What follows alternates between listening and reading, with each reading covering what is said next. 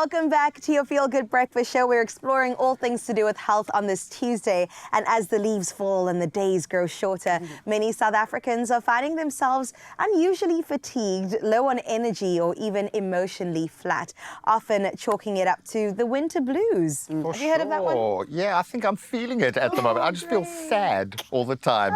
But actually, it's a real thing. For some, the seasonal shift may actually signal a deeper mental health concern known as seasonal affective disorder. Put it together? Sad. And it does make a lot of sense. Sad is a form of depression that is triggered by, I can't even say the word, by a change in the seasons, which does bring on a shift within ourselves, most commonly during autumn and winter, understandably, and when shorter days and reduced sunlight disrupt our internal body clocks and impact our mood-regulating hormones. Anyone who's spent time in the UK, done their stint, will understand that. Oh, my goodness. And it doesn't just affect our emotional well-being, it also affects energy levels, as well as motivation and sleep quality, which is exactly why we brought in Dr. Chanel Maternison, a medical doctor from Eno Health Medical Centers, here to unpack what sad is. Oh, Doc, thank you You guys for being explained it so beautifully. Thank you so much. Well, we kind of gave the kindergarten version of, I think, which is vital, because this is one of those universal truths that we maybe are in denial about, but we all feel a shift. And I have been feeling a little bit sad inexplicably because, so what is it? What is sad? What's going on in our hearts and minds? Okay, so in the word, seasonal affective disorder. So seasonal obviously relates to the pattern of it. Affect is actually a word that relates to mood. So your mood changes. So seasonal affective disorder is actually a recurrent major depressive disorder that can happen when the weather changes, during the winter months. So SAD, like you guys have said, it's the lower mood that happens, and it's generally because of hormonal imbalances, like melatonin that increases, serotonin that decreases, which actually changes our circadian rhythm. Wow. I get that when you explain it so simply, and I think we've got the added thing of, like, you see the masks, you feel the closed spaces, suddenly we're taken back into a kind of trauma that we haven't processed. I don't think any of us have dealt with the mask-wearing phase of our lives. That's why I'm wearing these scrubs today. Thank you. Please show us the beautiful shoes. They make waves in the practice. I love it. I'm wearing these scrubs because we actually, during COVID, we had these scrubs made because COVID was such a dark, long period. So we made happy scrubs just to make us feel happy.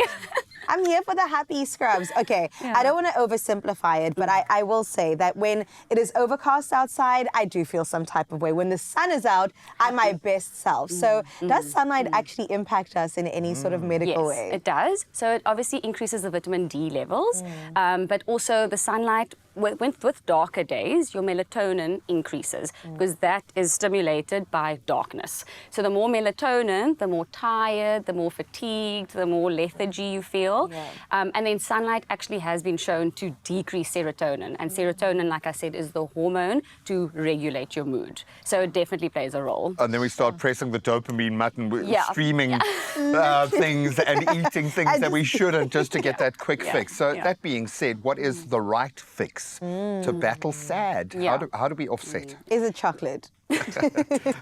Well, you would be finding yourself eating a lot of chocolate at the time if you're going to feel better. It is this show, hey? It is this show, just But saying. also, first things is lifestyle modification. So opposite of chocolate is exercise.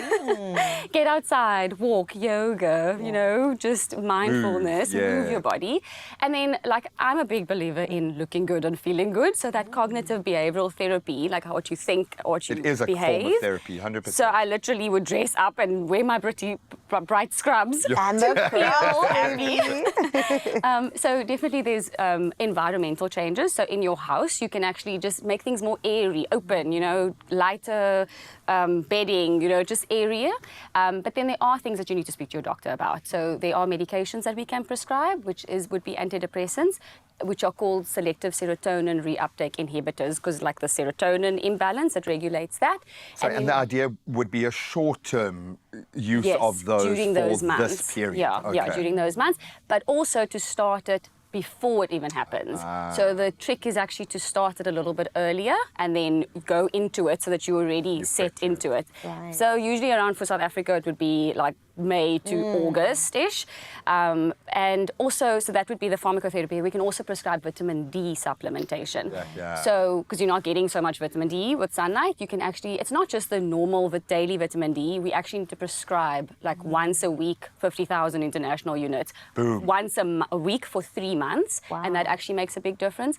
In our practice last year, during May to August, in all 4 of our branches at Inner Health, we actually saw an increase of patients with vitamin D deficiency. Sure. And so many patients coming to me telling me they feel so down and sad and they don't know what's going on, bone pain, they just feel terrible. And then we actually were on alert. We were like, check vitamin D levels. That's great, And at the practices, we've just done bloods, checked vitamin D, and it came back as like deficient, like vitamin D levels of like 2, and we could just treat them and they felt so much better. Vitamin B has helped me a lot in tackling glandular fever, a lot of things where I needed my body to do the lion's It's like an energy booster also. Agreed. Yeah. So we definitely can test for those things also. Some people think they need it, but we can actually do a blood test to see how much you need actually.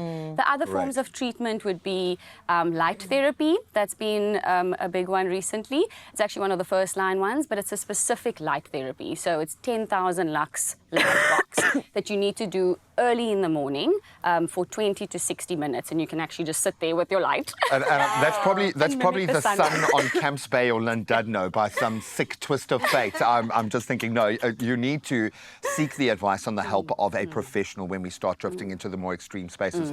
Thank you so much for wearing your bright scrubs today. I feel so much better already. I definitely feel happier despite what's going on here. Don't worry, it's okay. She was sick, but she's fine now. Yeah. She's fine, okay? And she's got this one in the bag, baby. Oh, Doc, thank you so much. As we have learned today, seasonal affective disorder is more than just a dip in mood. It is a very real and treatable condition that affects both the mental and clearly the physical well-being and the balance therein. And if you're feeling unusually low this time of the year, don't just brush it off. Just listen to that little inner voice, as we say, and a huge thank you to Dr. Chanel Martinison for guiding us through the important conversation. If you see her today in the practice, please compliment her on her scrubs and her shoes. We love you, Doc. Thank you.